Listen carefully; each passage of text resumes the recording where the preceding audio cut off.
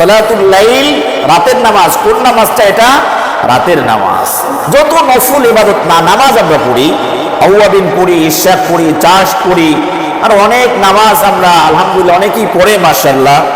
তো এই সব থেকে উত্তম ফরজ নামাজের পরে উত্তম নামাজ হচ্ছে আল্লাহকে কাছে পাওয়ার মাস হচ্ছে, মানে সালাত হচ্ছে আল্লাহর বিশাল বড় নিয়ামতের খাজানা ভান্ডার থেকে নিয়ামত নেওয়ার মাধ্যম হচ্ছে নামাজ। মাধ্যম হচ্ছে কি?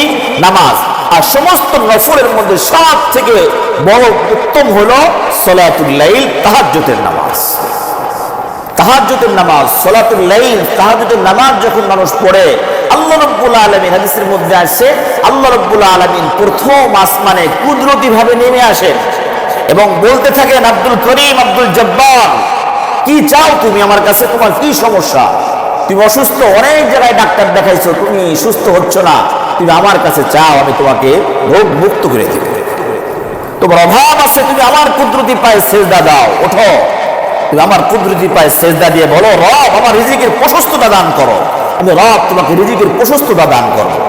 তুমি পেরেশানির মধ্যে আসো, ব্যবসা বাণিজ্যের মধ্যে ঝামেলা, তোমার বিবি অসুস্থ, তোমার সন্তান অসুস্থ, তোমার এই ঝামেলা, চাকরি হচ্ছে না, বাচ্চা কাচ্চা হচ্ছে না, মানুষের দরবারে বিভিন্ন মাজারে দৌড়েও না, মাজারে দৌড়েও না, যে মাজারওয়ালা ও তার সৃষ্টিকর্তা যিনি, আর তোমার আমার রব ওই সৃষ্টিকর্তা একই। এজন্য কোনো ব্যক্তির কাছে না, কোনো ব্যক্তির কাছে মাথা নত নয়। মাথা নত করবো কার কাছে? আল্লাহর কাছে করবো, আল্লাহর কাছে। যখন যত প্রকারের ঝামেলা আসুক না কেন, যা কিছু দরকার আপনার আমার, যা কিছু দরকার, শেষ রাতে উঠে কোনো বান্দা যখন আল্লাহর কুদরতি পায় সেজদা দিয়ে চায়, তো আল্লাহ রাব্বুল আলামিন তাকে ওই নিয়ামত দান করেন। সুবহানাল্লাহ। গুনাহ হয়ে গেছে, তওবা করার দরকার।